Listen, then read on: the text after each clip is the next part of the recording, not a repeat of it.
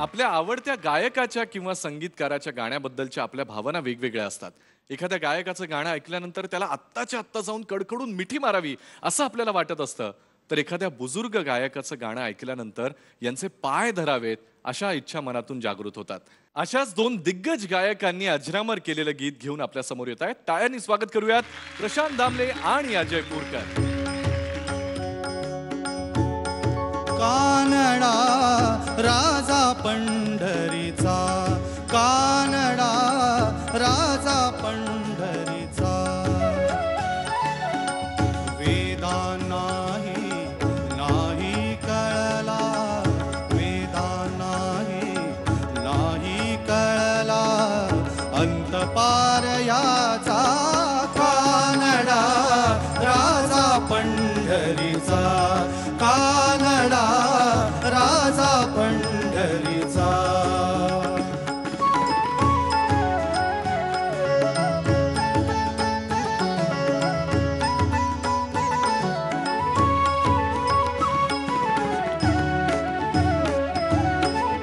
निराकार तो निर्गुण ईश्वर, कसा प्रकटला असा विटेवर. निराकार तो निर्गुण ईश्वर, कसा प्रकटला असा विटेवर. उभय ठेविले हात कटीवर, उभय ठेविले हात कटीवर. पुतळा चैतन्याचा, कानडा राजा पंढरीचा, कानडा राजा पंढरीचा.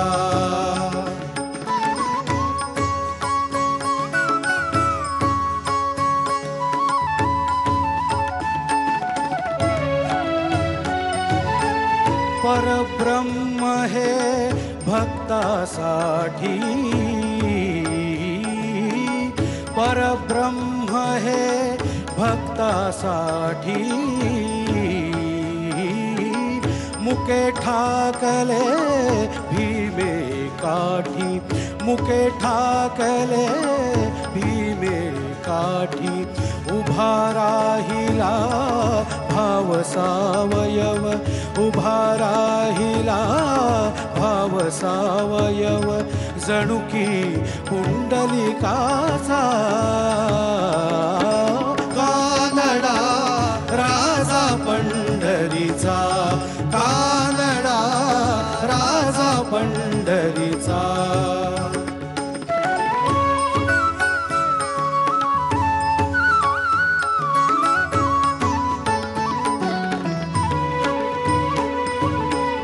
हा नाम्याची खीर चाखतो, चोखोबांची गुरे राखतो.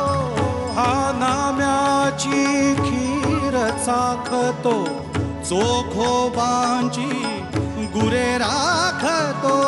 पुरंदराचा हा परमात्मा, पुरंदराचा हा परमात्मा. वाली दामाजीचा, कानडा राजा पंढरीचा, कानडा राजा पंढरीचा, कानडा राजा पंढरीचा.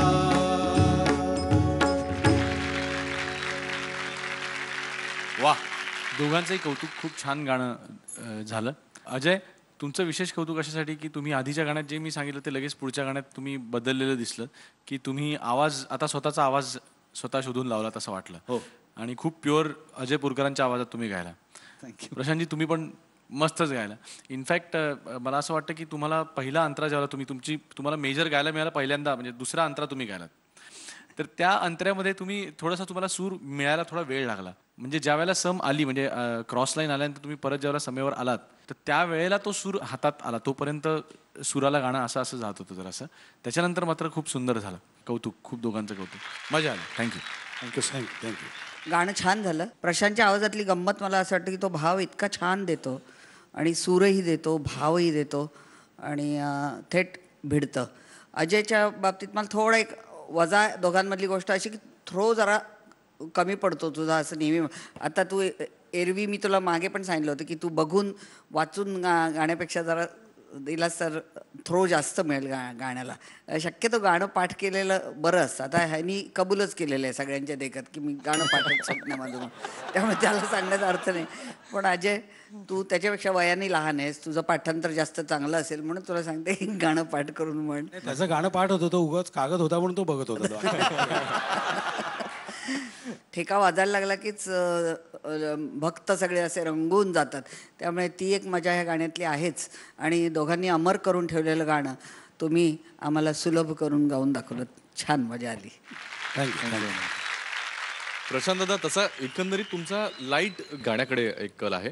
अजयची शास्त्रीयची बॅकग्राऊंड, त्यामुळे एकत्र येऊन गाताना तुम्हाला काही त्रास झाला, काही वेगळं नव्यानं शिकायला मिळालं, असं काही झालं? नाही, शिकायला मिळालंच नाही. कसं आहे की दुसरा जो अंतर आहे तो बाबूजींचा आहे.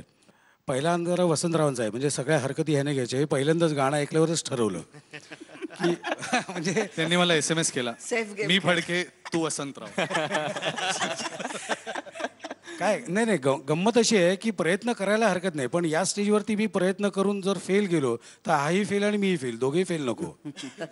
प्रशांत दादा, इतके प्रयोग आणि इतकी वेगवेगळी नाटकं तुम्ही आतापर्यंत केलेत, चित्रपट केलेत, तुम्हाला तुमची आवडलेली जोडी म्हणजे कुणाबरोबर पेअर झालेलं आतापर्यंत जास्त मजा आली तुम्हाला काम करताना? एक उदाहरण नाही देता येणार, कारण काय माहिती आहे का, माझ्या 4 नाटकांचे 1000च्या वर प्रयोग झाले. त्यामुळे त्या नाटकातल्या त्या हिरोईन्स तर असणारच आणि हिरो तर असणारच. पण स्टेजवर अतिशय मी कम्फर्टेबली काम करतो. त्यामध्ये 3 महत्त्वाच्या आहेत. ते एक म्हणजे वंदना गुप्ते, दुसरी रीमाताई आणि तिसरी कविता लाड. या तिघींबरोबर मी अतिशय कम्फर्टेबली काम करू शकतो. आणि पुरुषांमध्ये विनय येडेकर, कारण त्याच्याबरोबर मी अनेक प्रयोग केलेले आहेत. आणि आत्ता नवीन पिढीतला संदीप पाठक आहे. आणि अजून दोघे तिघे आहेत. ती ऑन द स्टेज आणि of the stage he chemistry जुळली ना की मग काही टेन्शन राहत नाही.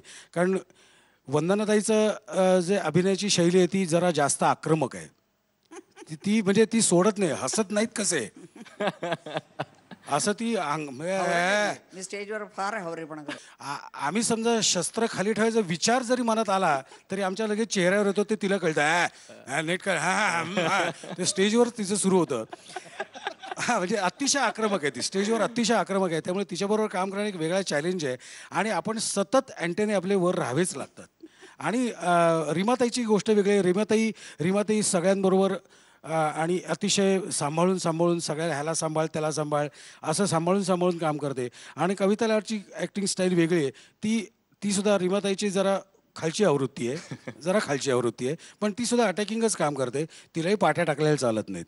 त्यामुळे हे असे निवडक कलाकार आहेत, त्यांच्याबरोबर काम करताना मजा येते.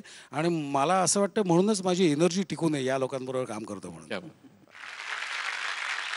वंदनाताई, तुमच्याबरोबर पेअरअप झालेलं तर अर्थात त्यांनी सांगितलं आवडतंय. सेम प्रश्न तुम्हाला. मला मुळात मी जेव्हा नाटक एखादं स्वीकारते तेव्हा प्रोड्युसरच विचारतात तुम्ही यांच्याबरोबर कम्फर्टेबल आहात. पण खरं सांगू, मी सगळ्यांबरोबर कम्फर्टेबल असते. जो नसेल त्याला मी बरोबर वटणीवर आणून कम्फर्टेबल करते. मी कोणाचं एकाचं नाव घेऊन गेली 40 वर्ष करते, त्यामुळे दुसऱ्याला दुखावल्यासारखं होईल. पण दुखवायचं नाहीच आहे मला. जे नव्हते त्यांना बरोबर अशी बाजूला त्यांना कळत होतं की हां चला. त्यांच्या को आर्टिस्टबद्दल मला काही माहीत नाही, पण एका सहपरीक्षकाला मात्र त्यांनी सरळ केलेलं आहे. कम्फर्टेबल. पुढच्या सगळ्या गाण्यांसाठी खूप शुभेच्छा. All the best. Thank you Abhijit. Thank you, धन्यवाद.